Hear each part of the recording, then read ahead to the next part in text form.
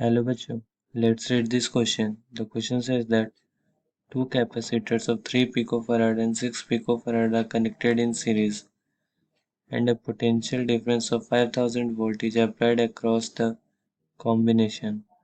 They are then disconnected and reconnected in parallel. The potential between the plates is option A 2250 volt, option B 2222 volt, option C 2.25 into 10 to the 6 volt, option D 1.1 into 10 to the power 6 volts. So let's see what is the key concept used here. So the key concept is conservation of charge on the plates of capacitor. So हमें दिया है दो capacitors हैं जिसे हमने series में combine किया है. सो ये हमारा पहला कैपेसिटर है, ये दूसरा कैपेसिटर है और इन दोनों के अक्रॉस पोटेंशियल है 5000 वोल्ट का. सो ये पोटेंशियल है हमारे पास 5000 वोल्ट, ये है 3 पिकोफराड और ये है 6 पिकोफराड.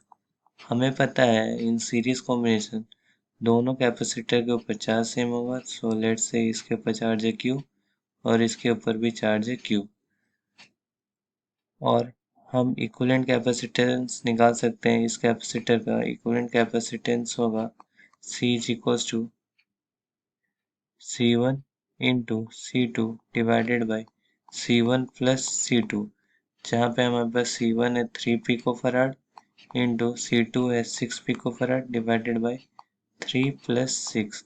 सो ये हो गया 18 पिकोफराड डिवाइडेड बाई 9 पिकोफराड, ये हो जाएगा 2 पिकोफराड. ठीक है.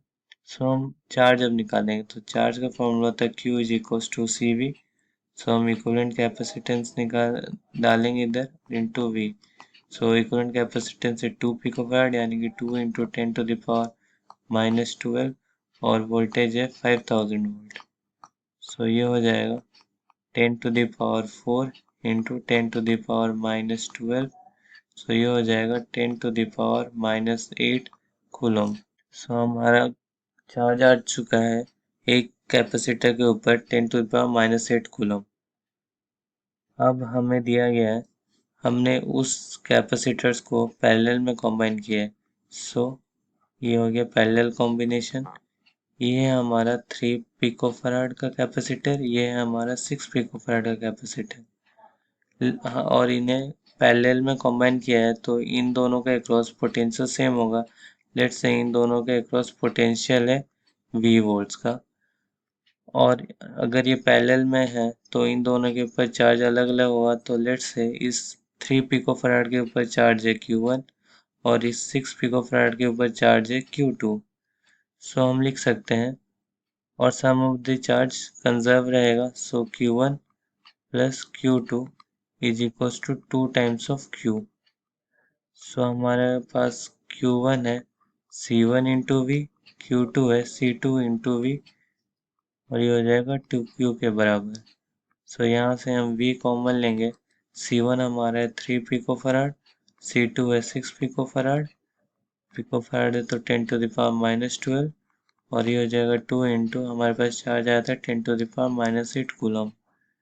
सो ये हो गया, यहाँ से हम V निकाल सकते हैं 2 into 10 to the power minus 8 divided by 9 into 10 to the power minus 12. So ये हो जाएगा 0.2222 into 10 to the power 4. So ये हो जाएगा 2222 वोल्ट्स. हमारे पास V आ गया 2222 वोल्ट्स. सो हम देखेंगे कौन सा ऑप्शन सही है. सो इस क्वेश्चन का सही आंसर है option B 2222 volts. Hope you understood it well. Best of luck.